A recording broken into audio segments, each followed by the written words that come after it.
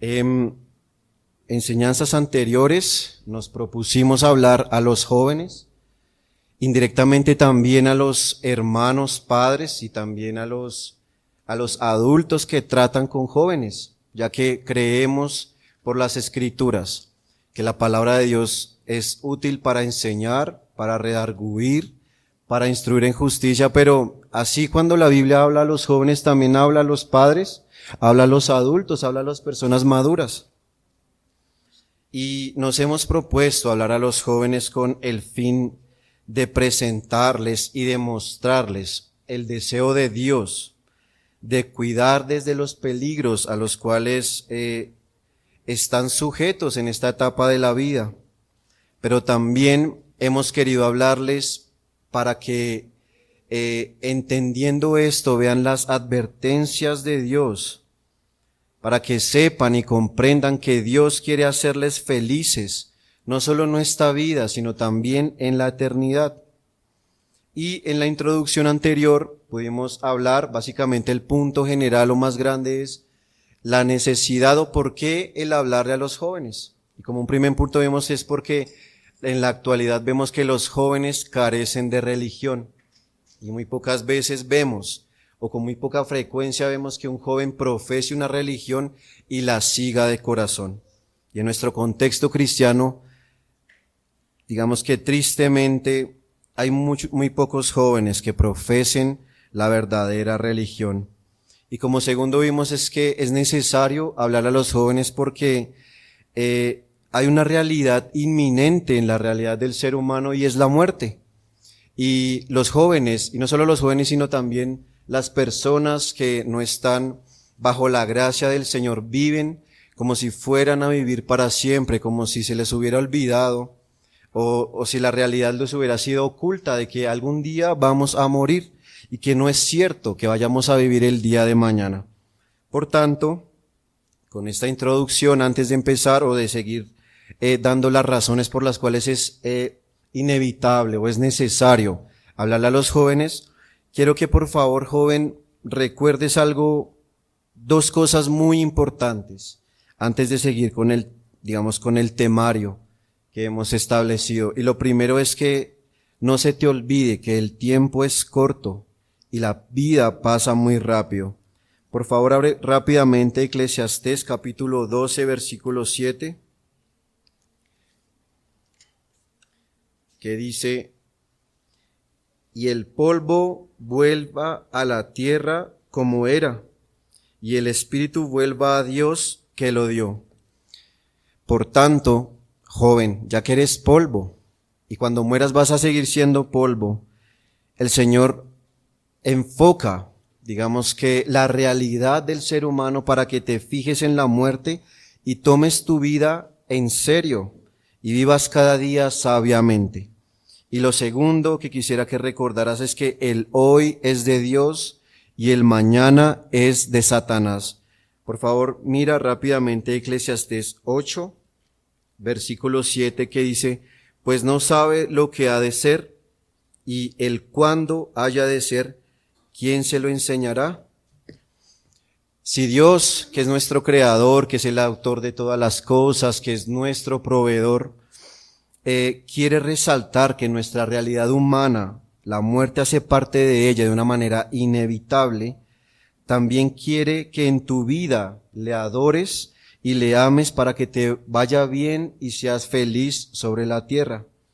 Por ello, recuerda que si tenemos certeza de que un día vamos a morir, ciertamente no hay peor loco que el que se conforma con vivir sin prepararse a la muerte. Entonces, habiendo recordado a grandes rasgos esta realidad de que cada ser humano va a experimentar, permíteme continuar exponiendo las razones por las cuales es necesario exhortarte, querido joven.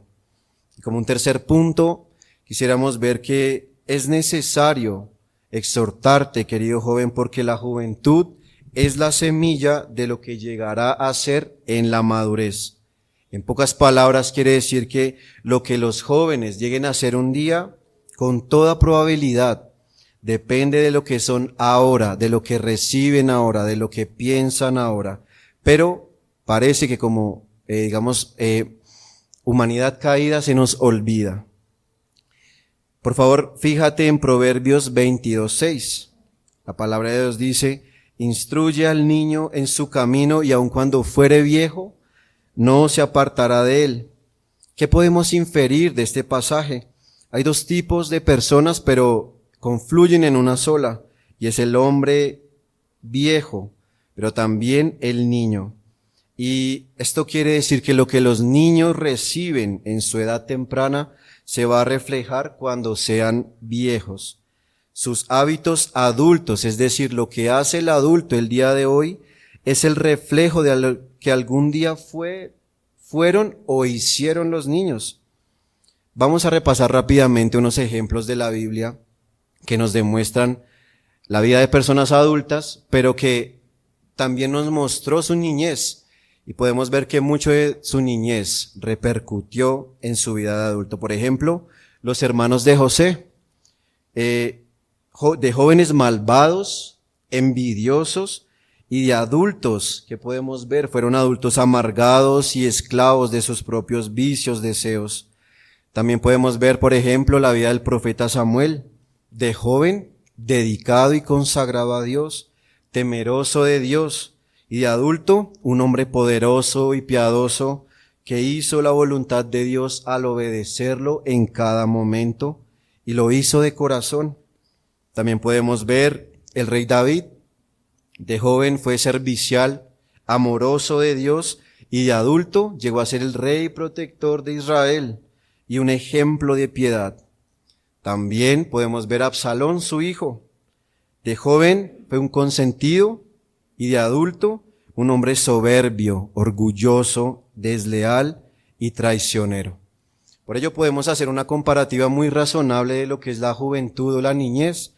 Podemos comparar la juventud como una arcilla y la madurez como un jarrón.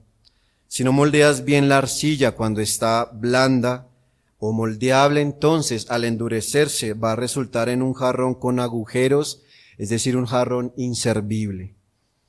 La juventud, hermanos y querido joven, es la semilla de lo que llegará a ser la madurez y es la etapa de moldear en el breve espacio de la vida humana el momento decisivo en la historia de la mente del hombre.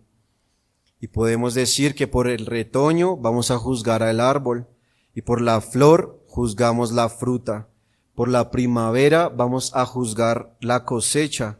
Por la mañana vamos a juzgar cómo va a ser el día. Y asimismo, queridos hermanos y joven, por el carácter del joven, por lo regular, podemos juzgar cómo será cuando sea adulto.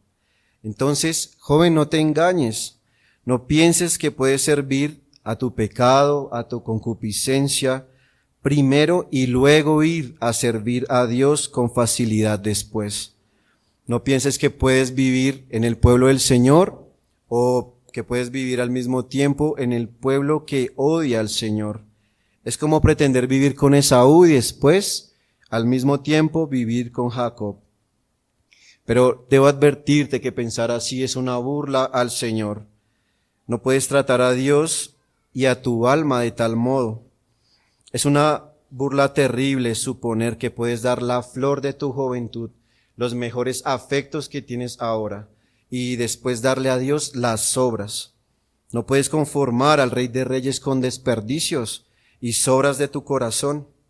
Es una burla terrible y a tu pesar encontrarás que es imposible hacerlo.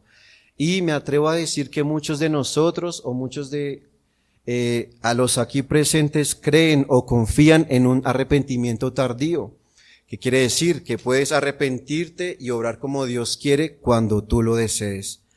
Pero no sabes lo que haces porque no estás teniendo en cuenta a Dios. El arrepentimiento y la fe son dones de Dios. Y dones que Él frecuentemente niega cuando los han rechazado durante demasiado tiempo. Por eso admitimos que el arrepentimiento genuino nunca es demasiado tarde, es verdad, pero te advierto al mismo tiempo que el arrepentimiento tardío muchas veces, o la mayoría de veces, no es auténtico. Podemos admitir también que un ladrón se convirtió en la cruz en el último momento de su vida, Pero esto es un ejemplo que Dios dio para que nosotros no perdiéramos la esperanza. Aún así, te advierto que solo uno se convirtió así, por lo tanto, nadie suponga que pueda hacer lo mismo. Podemos ver en Hebreos 7:25 que Jesús puede salvar perpetuamente a los que por él se acercan a Dios. Pero también te advierto que el mismo Espíritu que escribió o inspiró Hebreos también dijo en Proverbios 1:24-26 que le estaba hablando a gente que pensaba que podría arrepentirse o servir a Dios cuando quisieran y que podían rechazar a Dios la mayoría de su vida. Dice Proverbios 1:24-26. Por cuanto llamé y no quisiste oír, extendí mi mano y no hubo quien atendiese. También yo me reiré en vuestra calamidad y me burlaré cuando os viniere lo que teméis. Créeme, joven, que no va a ser tan fácil acercarte a Dios cuando a ti te plazca. Es cierto lo que alguien dijo hace mucho tiempo: el camino del pecado es cuesta abajo y nadie puede frenarlo cuando se le da la gana. Entonces te preguntarás tal vez por qué es tan difícil acercarse a Dios, y yo reformularía la pregunta. No es difícil acercarse a Dios, es imposible, porque la fe es un don de Dios, no es un capricho de los hombres. La fe y las cosas de Dios no es como una lámpara mágica que la frotas y te concede el deseo cuando lo quieres, sino que los deseos santos y las convicciones serias no van y vienen según nuestro deseo, sino que nuestras convicciones y nuestras acciones son más bien como el unicornio del que habla Job, que no obedece la voz de nadie ni atiende a los mandatos de nadie.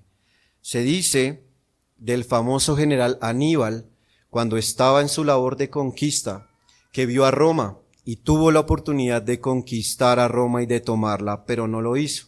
Y unos años después volvió a Roma, quiso conquistarla y ya no pudo. Y con esto, querido joven, espero que no te suceda algo similar con respecto a la vida eterna. ¿Y por qué decimos esto? Bueno, lo decimos sabiendo lo que es la fuerza de la costumbre. Recuerden que estamos hablando que lo que es un retoño va a ser visto en lo que es el árbol, el fruto. La Biblia nos enseña mucho acerca de las costumbres. Nos advierte más bien también de las malas costumbres.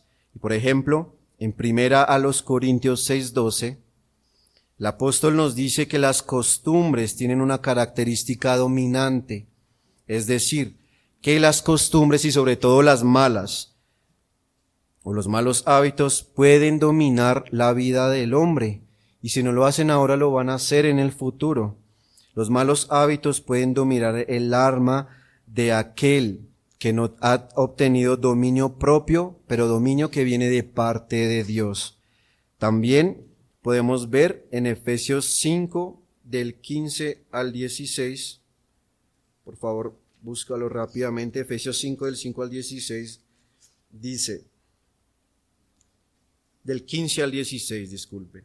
Mirad pues con diligencia cómo andéis, no como necios, sino como sabios, aprovechando bien el tiempo, porque los días son malos. La costumbre es muy importante modificarla cuando estamos a tierna edad, cuando estamos en tierna edad. En Efesios básicamente nos dice que somos presa fácil del diablo cuando aprovechamos o usamos mal el tiempo. Todo eso lo decimos porque la Biblia indica que el corazón de una persona muy raramente cambia, si no cambia sus hábitos de joven. Y rara vez se convierte a alguien en su vejez. Los hábitos tienen raíces muy profundas. El pecado, una vez que ya lo has dejado arraigarse en ti, muy difícil se va a desarraigar cuando lo desees solamente. Por eso, querido joven, ten cuidado con lo que haces ahora, con lo que dices, con lo que piensas, porque las costumbres van a llegar a ser parte de quien eres, va a ser parte de tu naturaleza.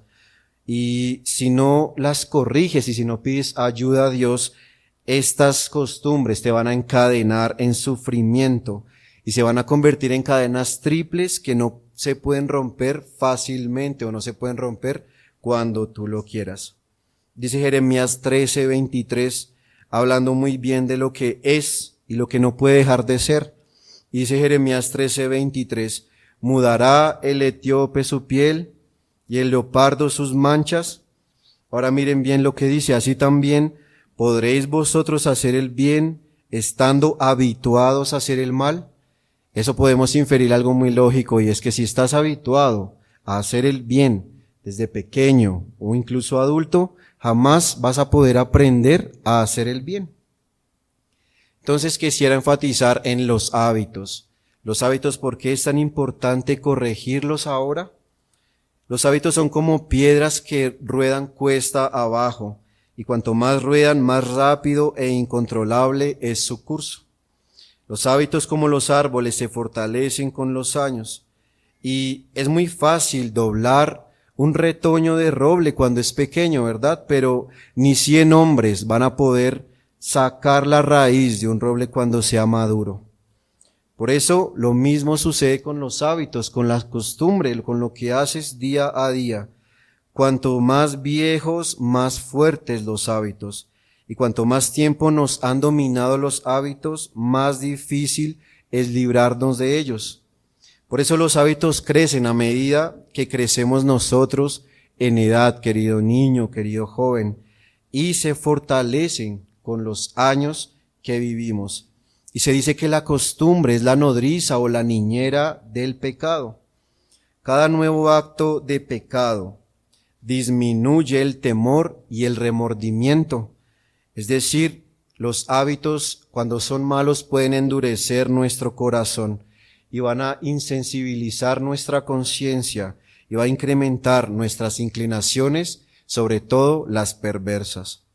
Por eso, joven, quizás pienses que recalco mucho o hago mucho énfasis en las costumbres, pero si tuvieras a tu alrededor, si analizaras con quién te juntas o con quién vives, vas a ver que algunos hombres viejos o ancianos, que ya a un paso de la tumba, a punto de morir, puedes verlos sin sentimientos, puedes verlos marchitos, puedes verlos endurecidos, fríos, ásperos como una piedra de pulir.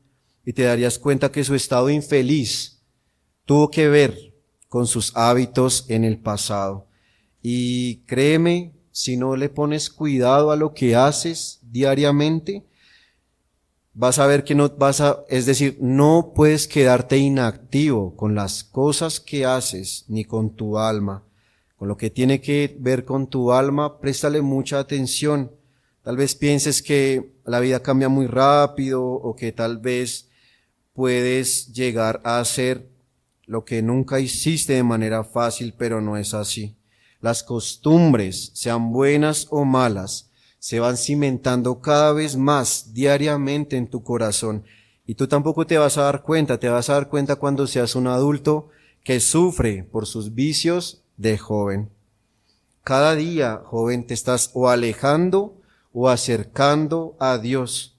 Y cada año que continúas sin arrepentirte, sin considerar lo que haces, va a incrementar la pared divisoria, la pared que te separa de tu Creador. Y si no pones atención a lo que haces, esta pared se va a hacer muy alta y muy gruesa. Y el abismo para cruzar se va a hacer mucho más profundo y mucho más ancho.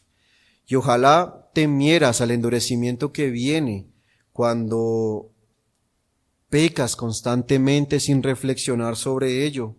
Pero siempre tenemos buenas noticias en Jesús, en el Evangelio. Hoy es momento propicio para frenar tu carrera que no tiene sentido y considerar tus pasos antes de que la colina esté muy empinada y ya no puedas frenar el camino que has echado a andar. Mira que por favor, fíjate que cuando empieces a tomar las cosas de Dios en serio, no sea ya muy tarde, cuando ya no tienes fuerza, cuando ya no tienes energía, cuando ya tu fuerza está desgastada. Cuando eres joven, la fuerza de la costumbre es tal que probablemente nunca busques al Señor siendo mayor. Y esto es lo que Dios quiere prevenir, y por tanto Él te quiere exhortar. Entonces, habiendo visto que la juventud es la semilla de lo que llegará a ser la madurez, vamos a continuar con la cuarta razón. Es necesario exhortar a los jóvenes porque, cuarto, el diablo pone especial cuidado en destruir el alma del joven y parece que tú no te das cuenta de ello. Por favor, dirijámonos rápidamente a Primera de Juan 2, 13 y 14. Y quiero que te fijes y pongas atención a cada vez que el apóstol se dirige a los jóvenes.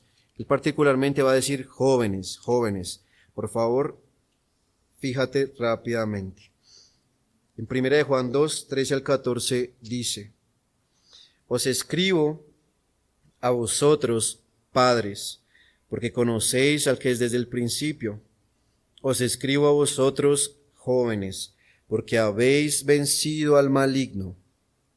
Os escribo a vosotros, hijitos, porque habéis conocido al Padre. Y de nuevo, os he escrito a vosotros, padres, porque habéis conocido al que es desde el principio. Os escribo a vosotros, jóvenes, porque sois fuertes, y la palabra de Dios permanece en vosotros, y habéis vencido al maligno. Juan, como un buen hebreo, sabe cómo llamar la atención.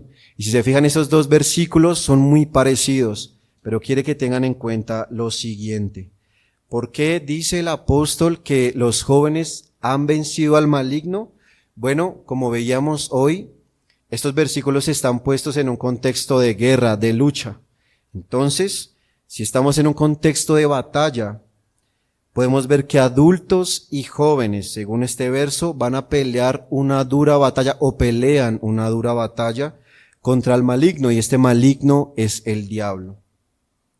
Hay entonces, lógicamente, en este versículo, una inferencia, y es que los jóvenes se enfrentan contra el enemigo de sus almas, es decir, el diablo, y por tanto no podemos cegarnos a esta realidad.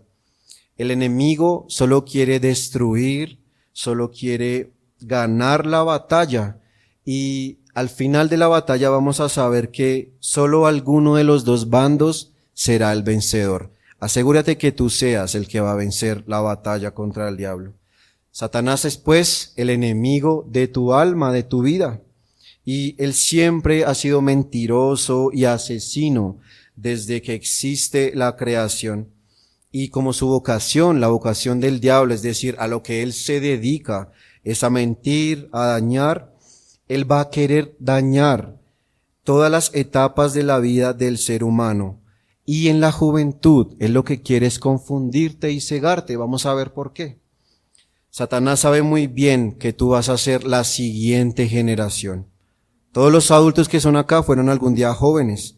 Entonces, el diablo va a emplear todas sus artimañas para hacerte suyo, y es necesario, o le digamos que la naturaleza de esa enseñanza, no dejarte ignorante en cuanto a las artimañas que él va a usar. Tú, querido joven, es el tipo de persona que él escoge para derrochar, para sacar todas sus artimañas, y él tiene todo un arsenal, todo un almacén de artimañas y ataques con las cuales atacarte.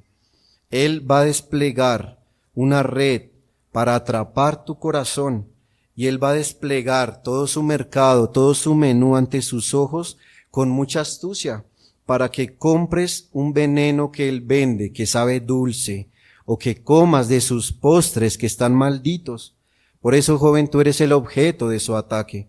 Quiera el Señor reprenderlo y librarte de sus manos.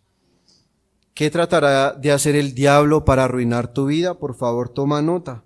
Por favor, joven, cuídate de no caer en su red. Es mentiroso porque sabe engañar. Es mentiroso porque te va a voltear la realidad. Él tratará de arrojar polvo sobre tus ojos para que creas que ves, pero realmente lo que vas a ver es mentiras o una realidad que no es. Él quiere hacerte creer que el mal es bien y el bien es mal.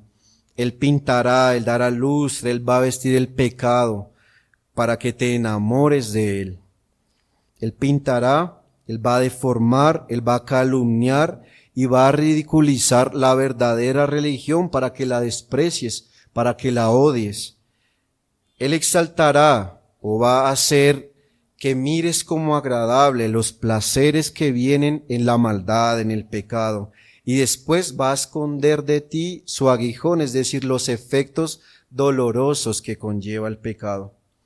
Él puede levantar delante de tus ojos la cruz y su sufrimiento, pero puede mantener alejado de ti la vista de la corona de vida eterna.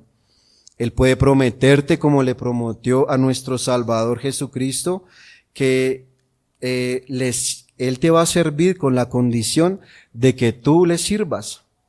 Y aún te ayudará también, al que mejor le va a ayudarte a practicar una forma de religión, siempre que dejes a un lado el poder o la efectividad de la religión en tu corazón.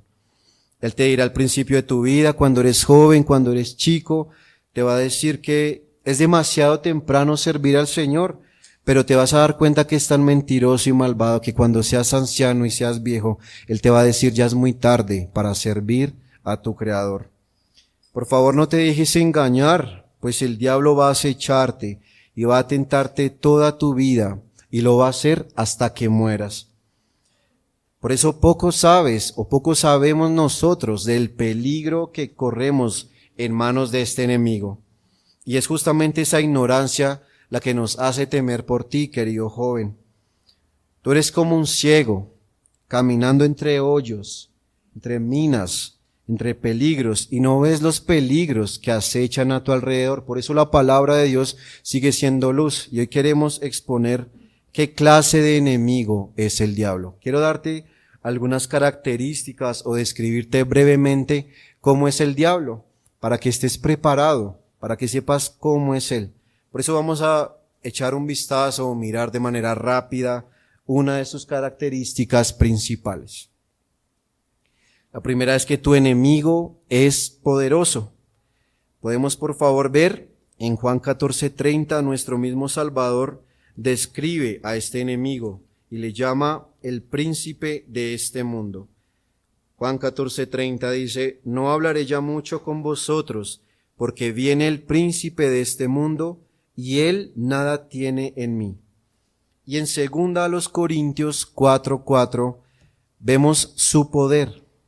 Dice el apóstol Pablo, en los cuales, está hablando de las personas, del ser humano, en los cuales el Dios de este siglo cegó el entendimiento de los incrédulos, para que no les resplandezca la luz del evangelio de la gloria de Cristo, el cual es la imagen de Dios.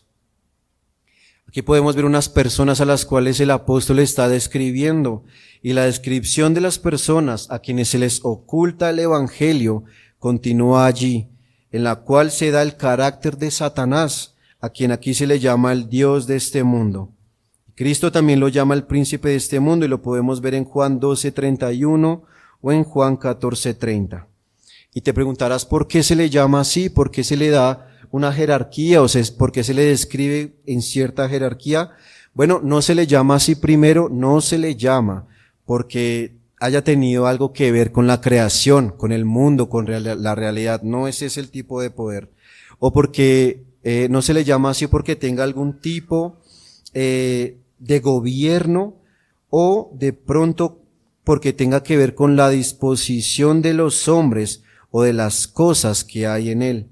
Se le llama príncipe de este mundo por su influencia, porque su influencia es la peor, y la más grande parte del mundo ha recibido esa influencia. Todo el mundo está bajo el poder de este malvado, y todo el mundo, o la mayoría de los que no creen, o los que no creen, están siendo llevados bajo la cautividad de él para hacer la voluntad del padre de la mentira. Y el poder o esta influencia que tiene este príncipe de este mundo básicamente es porque sus mentes han sido llevadas cautivas a hacer lo que él dice, y van a hacer las concupiscencias que él quiere que hagan. Y así se declaran sus hijos y él a su padre, es decir, la influencia que tiene sobre ellos es él mismo. Entonces el diablo tiene el poder de cegar las mentes de los que no creen.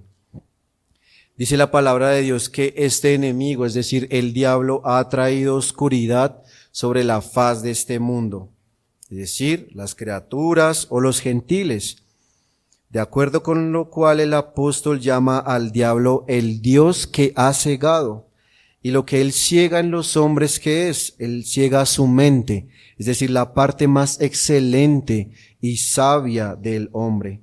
Él no cega los ojos de sus cuerpos, sino de sus entendimientos, lo cual muestra la cercanía que él tiene con las almas de los hombres. Y te preguntarás por qué es tan cercano él a las almas de los hombres. Bueno, él puede penetrar en tu corazón y en tu mente, y tiene una influencia allí. Y las personas cuyas mentes él ciega son aquellos que no pueden ver la luz del evangelio. Y por tanto, él dice, ¿entre quiénes ha sido influenciado? Bueno, entre los verdaderos creyentes son las personas sobre las cuales Satanás no tiene ninguna influencia. Y es una razón de que estos hombres perezcan y de la influencia de Satanás sobre ellos. Y debe entenderse que las personas que están cegadas por el diablo son reprobadas y son incrédulas. Por eso dice el apóstol Pablo que los ciega, porque los hace desviar de la palabra del Señor y los desvía del oír el evangelio y despierta la enemistad de sus mentes, de su voluntad, de su alma contra él, y les aumenta su oscuridad, como si ya no lo tuvieran cuando nacieron, sino que les da una ceguera con respecto a él. Y se ha dicho de una máxima que uno de los peores engaños del diablo es hacerte creer que no existe. Y él se opuso a nuestro Señor Jesucristo, al Hijo de Dios, al Santo de Dios, a lo largo de su ministerio. Satanás tentó a Adán, al primer hombre, y tentó a Eva para que comiese de la fruta prohibida. Y este engaño y ese poder que tuvo sobre la voluntad y conciencia de los primeros padres hizo que introdujera al mundo el pecado y la muerte, lo peor que ha podido experimentar el ser humano, lo más ruin, lo más menospreciable, lo introdujo el diablo por la influencia que tuvo sobre las mentes del hombre. Y aún así también tentó a David, al hombre que Dios amó, y ocasionó que el pecado que lo hizo cometer, ocasionó en David que el resto de sus días los viviera con tristeza, y que sus días y su vejez estuvieran llenos de dolor. Y aún tentó a Pedro, como vimos hoy en la predicación de la palabra. Pedro, un apóstol escogido, y él hizo que negara a su Señor. Ten por seguro que es un enemigo que no puedes subestimar. Tiene mucho poder sobre tu mente y sobre todo las mentes que son débiles y están cegadas. Tú puedes creer, querido joven, que puedes dominar al diablo. Y a veces puedes creer que puedes resistir a sus tentaciones o incluso que puedes resistir a sus ataques y a sus provocaciones. Y muchas veces en la práctica crees que realmente eres más sabio que el diablo, o que puedes andar en compañía de sus siervos, que puedes andar en compañía de aquellos que blasfeman el nombre de Dios, que no lo respetan, que desobedecen a sus padres, que irrespetan a la autoridad. Muchas veces el diablo también te va a tentar a pensar que puedes acercarte al pecado, que puedes pecarte, digamos que puedes pecar o que te puedes acercar al vicio o que te puedes acercar a la inmoralidad y que puedes salir ileso. Como vimos, él te va a hacer probar el veneno que él ha hecho dulce. Y paradójicamente es dulce, pero no deja de ser veneno. Por eso, pide a Dios que te abra los ojos, porque el diablo muy seguramente, si no te has rendido a Jesucristo, el diablo te tiene cegado. Y dice Primera de Juan 2:14, recuérdalo, os he escrito a vosotros jóvenes, porque sois fuertes, y la palabra de Dios permanece en vosotros, y habéis vencido al maligno. Entonces no recuerdes que estás en guerra, que hay un enemigo que quiere librar la batalla y que quiere ganar, y que al final él ha dado toda su existencia para darle una guerra a Dios, y él quiere vencer a lo último. Como segundo, el diablo, bueno, es poderoso, pero también es inquieto. No inquieto en el contexto de los niños, el niño es como extrovertido, tiene mucha energía. Esta inquietud, vamos a ver, es una inquietud que es desespero por hacer el mal. Por favor, abre la Biblia en Primera de Pedro 5:8.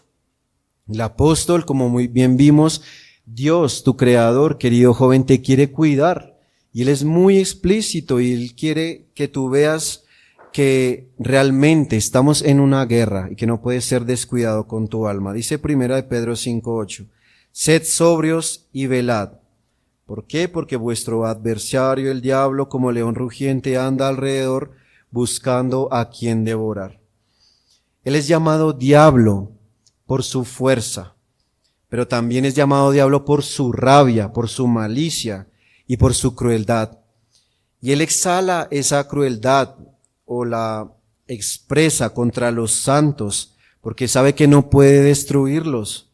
Y aunque no puede destruirlos, va a hacer todo lo posible por infundirles terror o por atemorizarlos. Podemos ver en Job 1:7. Hemos estado leyendo Job, querido joven, los últimos meses, y en el primer capítulo vimos que el diablo se presentó ante el Señor, pero ¿qué estaba haciendo él? Bueno, estaba haciendo una ronda. Y respondió Satanás delante de Jehová y dijo, Dios le había preguntado, ¿qué estás haciendo? Y él dice, bueno, vengo de andar por la tierra para escudriñar las obras de los hijos de los hombres y de andar por ella.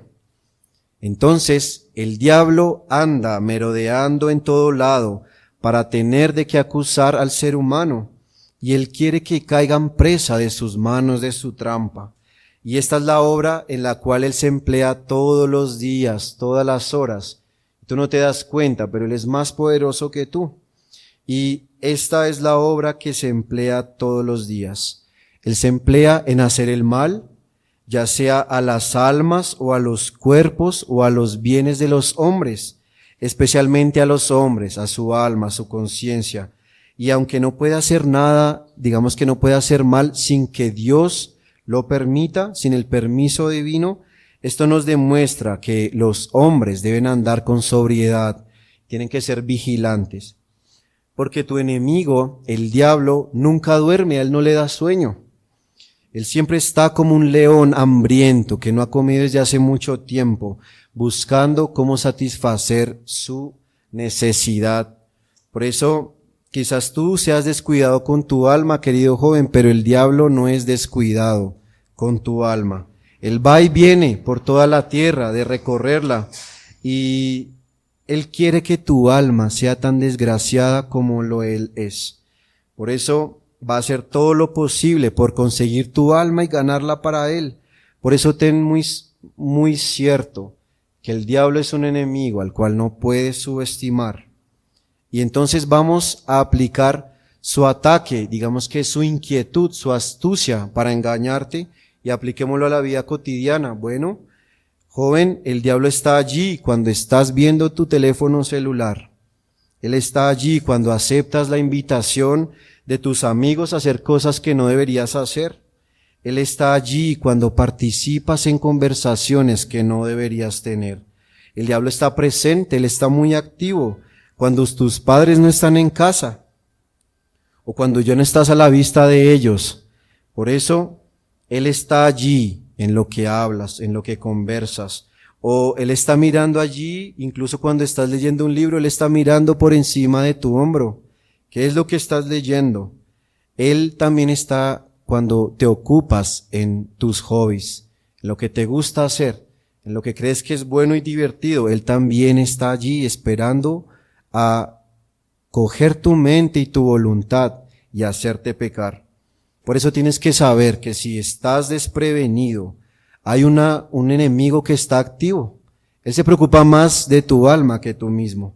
Por eso me temo que algunos jóvenes o muchos han empezado su camino al pecado, a la maldad, por un descuido, por pensar que su enemigo es solo un juego. Muchas batallas se han perdido por pensar que el enemigo está quieto y desapareció de la vista, pero lo que ignoramos es que en realidad el enemigo está muy activo y él está pensando su siguiente movimiento. Hemos visto que el diablo es pues poderoso, es inquieto y por último tu enemigo es engañoso. Por favor miren Juan 8:44, lo que el mismo Salvador dice reprendiendo a algunas personas. Y Jesucristo dice, vosotros sois de vuestro padre el diablo, y los deseos de vuestro padre queréis hacer. Él ha sido homicida desde el principio y no ha permanecido en la verdad, porque no hay verdad en él. Cuando habla mentira, de suyo habla, porque es mentiroso y padre de mentira. Vamos a ver paso por paso a qué se refiere el engaño y por qué Cristo mismo lo llama padre de mentira. El diablo jamás ha permanecido en la verdad ni en la integridad. Integridad es rectitud, es hacer las cosas como deberían hacerse.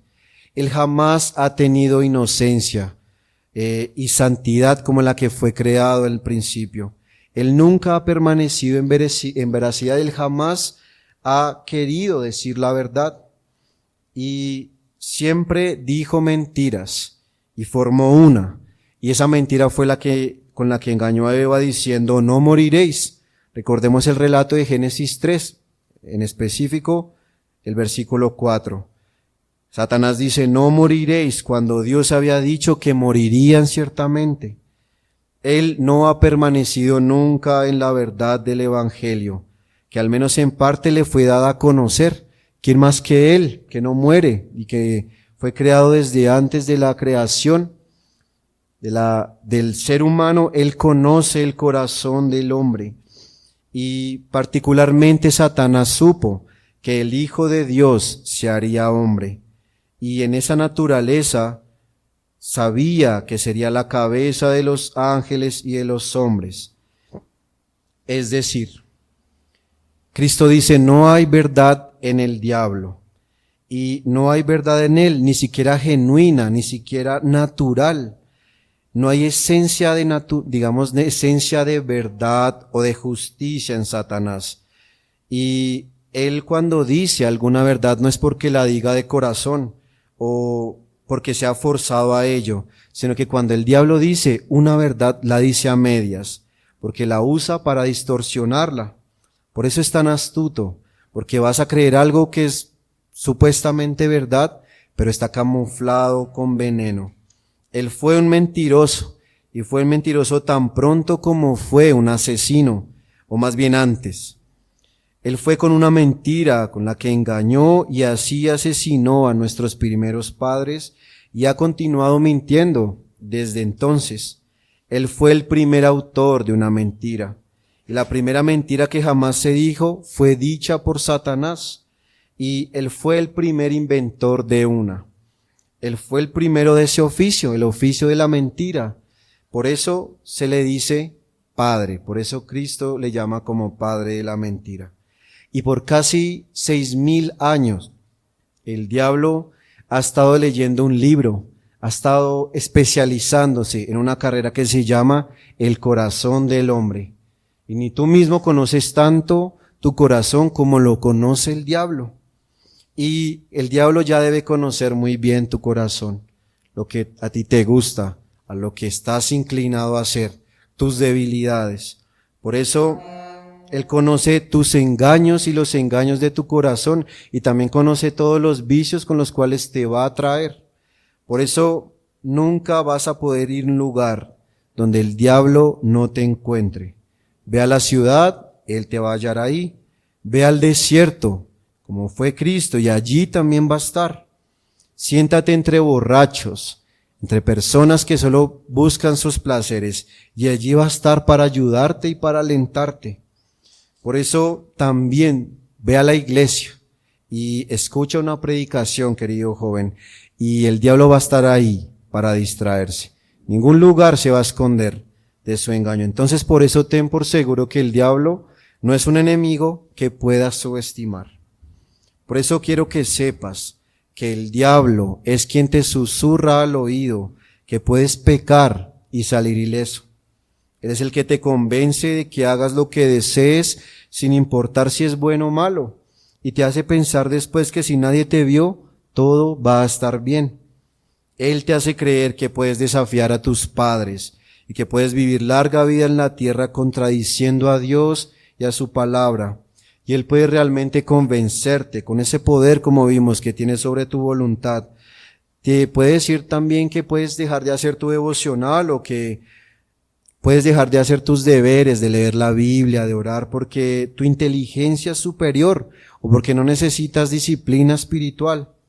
Él te convence y te engaña a pensar que las cosas de Dios son insignificantes, que no tienen valor. Y Él puede hacerte pensar que lo único que importa eres tú, lo que tú quieres, lo que tú anhelas, lo que tú quieres ser, lo que quieres estudiar, lo que quieres ganar. Por eso no sabes de nuevo que Él hace ver lo bueno como malo y lo malo como bueno. Si Él intentó engañar al hombre sin pecado, a Jesucristo, no nos podrá engañar a nosotros con facilidad, que hemos caído una y otra vez en sus redes. Por eso, si tú no estás sometido a Dios, y si Dios no es tu pastor, quien te cuida, el diablo va a jugar contigo y te va a pisotear como una hormiga. Le es muy fácil. Por eso, si te das cuenta, tal y como es el diablo, así mismo él va a operar, va a actuar en arruinarte la vida. Él quiere hacerte infeliz tal cual Él es. Por eso, Él está muy empeñado, Él quiere seguir trabajando hasta que venga el Señor en destruirte, aunque tú no te des cuenta, por eso es tan poderoso. Querido joven, tú eres el premio por el cual está luchando de un modo especial, muy violento y aguerrido.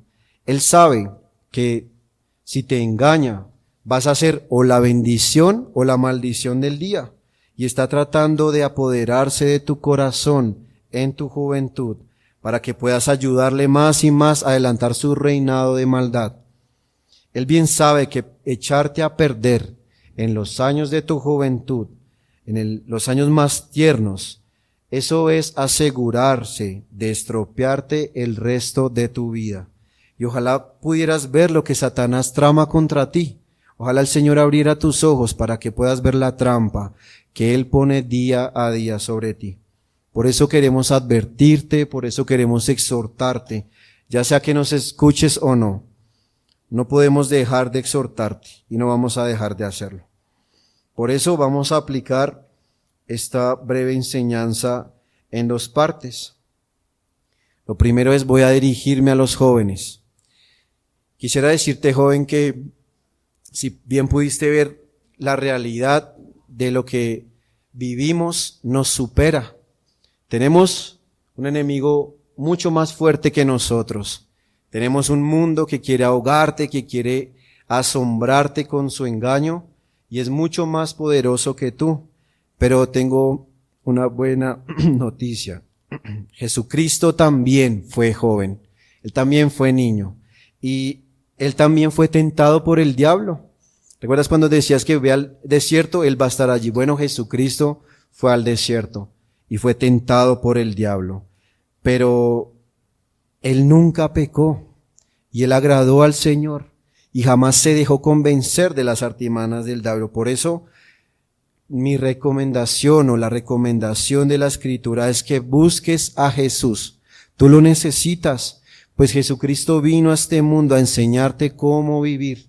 Te enseñó a cómo ser santo, es decir, íntegro. Por eso, aunque este mundo esté lleno de maldad, Dios no desea tu sufrimiento y por eso quiere advertirte.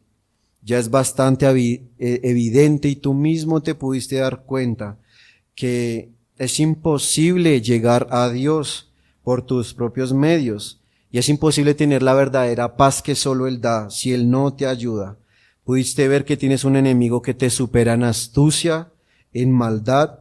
También pudiste ver que tu engaño y tu pecado, tu propio corazón te puede hundir en oscuridad y te puede llegar a ceguera y llevarte a la muerte. Ves que hay un enemigo que te supera en poder y en maldad. Pero tengo una gran noticia para ti. Jesús es el Hijo de Dios y Él es más poderoso que 1000 diablos y Él es más grande que todos los pecados de la humanidad juntos. En Juan 10:10, Jesucristo mismo nos advierte desde contexto de guerra. Dice que el ladrón no viene sino para hurtar, matar y destruir. Y dice Jesucristo con una buena noticia: yo he venido para que tengan vida y para que la tengan en abundancia. Puedes ver entonces que hay un grupo de ladrones, de gente mala o de un personaje malo que quiere robarte, quiere matarte, quiere destruirte. Y este grupo de ladrones no va a rendirse hasta arruinarte, hasta la verte en el fondo de lo peor de tu vida. Estos ladrones son el diablo, tu propio corazón y el mundo. Por eso Jesucristo se hizo hombre y Él fue joven. Sin embargo, Él no pecó. Y Él también estuvo rodeado de pecadores, de gente malvada. Incluso fue tentado, sufrió tentaciones, pero jamás cayó en una de ellas. ¿No te parece maravilloso? Por eso Él tiene toda autoridad para exigir de ti cómo deberías ser. Por eso Él tiene autoridad para exigirte que seas santo así como Él lo fue. Pero Él también conoce el corazón de los hombres. Y Él conoce tus debilidades, Él conoce tus temores, Él conoce tus luchas, y por eso Él se ha puesto como ejemplo. Jesucristo es la cura, Él es la vacuna, Él sana toda enfermedad, toda dolencia que tengas. Y sea lo que sea, y tengas lo que tengas, Jesucristo es la medicina eterna. Por eso, querido joven, quiero que no se te olvide esto: ama a Jesús. Guarda sus mandamientos, búscale, y entonces Él va a caminar contigo. Lo segundo es, quiero dirigirme a los padres y quienes tratan con jóvenes. Podemos recordar en Proverbios 22:6 una promesa y también una voz de aliento. Dice: instruye al niño en su camino, y aun cuando fuere viejo, no se apartará de él. Quisiera alentarte, querido hermano. Hay una diferencia considerable en la traducción de la palabra original instruir, pero todas las variantes en las traducciones van a enfocarse o van a terminar en un mismo punto. Todos los comentaristas señalan como un término muy significativo, y muchos lo traducen como imbuir o sumergir. Esto significa, la palabra, la traducción original, significa iniciar. Significa darle el primer aderezo, significa darle el primer condimento.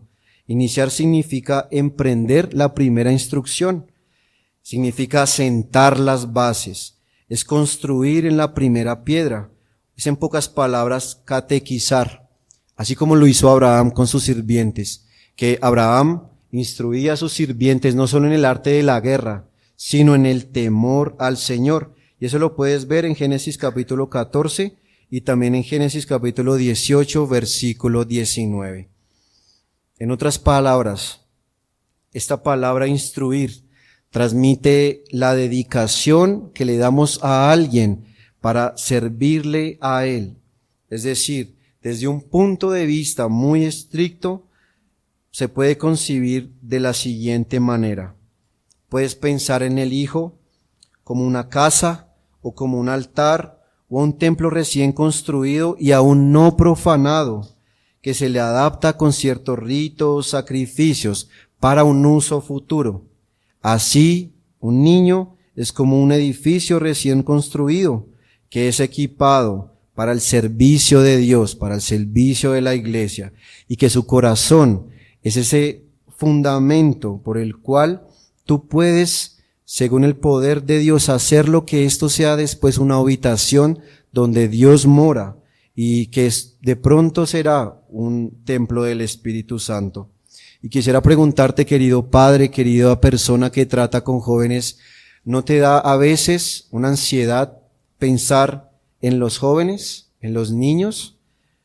Hemos visto que cuando nace una vida, una existencia ha comenzado por la eternidad.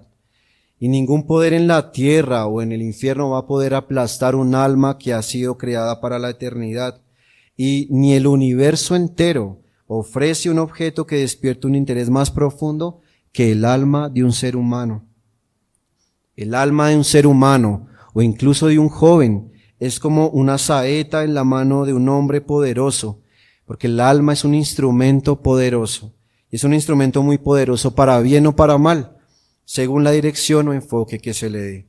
Por eso, todo depende, querido hermano, de la instrucción y ante la instrucción podemos ver dos caminos. El primer camino es el camino que al joven le gustaría caminar, que se precipita a la ruina, a la destrucción, o el segundo, que es el camino por donde el joven debe andar, el cual es el camino al cielo. Y este mandato de instruir implica que un árbol joven y sano brota derecho hacia arriba, y en lugar de producir ramas torcidas y deformadas, promete una madurez buena y fructífera. Por eso la Biblia y el Señor te anima a que nunca ceses esta actividad de instrucción, ya que el gran enemigo y su ataque nos enseña el valor de instruir al niño. Entonces, hermano, adelántate a tu enemigo y llena de antemano el suelo y prepáralo con una buena semilla, para que esta semilla pueda ser un medio eficaz para expulsar la cizaña del maligno. Y este trabajo de instrucción requiere un efecto de una atenta preocupación, acompañada de un doloroso y a menudo prolongado ejercicio de fe, de paciencia y de oración. Y nadie podría sostenerse en este camino si no fuera porque Dios te apoya. Si tú honras a Dios, Él va a honrarte. El hombre entonces será como el niño ha sido instruido. Y por eso la educación es completamente distinta de la gracia. Por eso nosotros nos aferramos al Señor, porque de Él es la obra. Y tú tienes que hacerlo con fe. Por eso, cuando se lleva esta labor a cabo con el Espíritu y en los principios de la palabra del Señor, hay que impartirla, claro, en la voluntad de Dios. Y puedes ver que a veces el fruto puede ser inmediato, puede ser uniforme y puede permanecer hasta el final, pero a menudo el fruto, es decir, los resultados de la instrucción, puede darse muchos años después o días después, así como se puede evidenciar en las iglesias. Muchos de nosotros, los jóvenes que estamos aquí, fuimos resultado tardío del poder de Dios por medio de la instrucción de nuestros padres. Pero aún así, aunque el fruto sea tardío y de tarde, no es menos seguro. Por eso, hermano, quisiéramos alentarte en esta tarde y por favor memoriza que si Dios quiere, podrá apartarse cuando es joven, pero cuando sea viejo en años posteriores, las convicciones a las cuales tú instruiste a tu niño van a traer de vuelta al poder de las primeras. Es decir, que las semillas de la instrucción van a germinar. Y las escrituras que fueron fijadas tempranamente en su memoria van a germinar y se impondrán sobre él tras muchas luchas agudas, tras mucho lloro, y después la conciencia va a estorbar sus placeres y va a amargar la dulzura que viene por el pecar. Por eso recordamos la labor que hizo el padre en la parábola del hijo pródigo. El recuerdo de la casa de su padre hace que el hijo pródigo vuelva y regrese a casa con vergüenza, con lágrimas en sus ojos, pero con una piadosa tristeza en su corazón. Por eso te animo para que cultives entonces el ejercicio de la fe paternal, confiando no en lo que vemos, sino en lo que Dios ha prometido, que Él hará prosperar su palabra con el corazón de nuestros hijos, ya sea para convertirlos, ya sea para corregirlos, o sea para que ellos sean exhibidos como un trofeo de la justicia por Dios en la eternidad. Oremos, hermanos.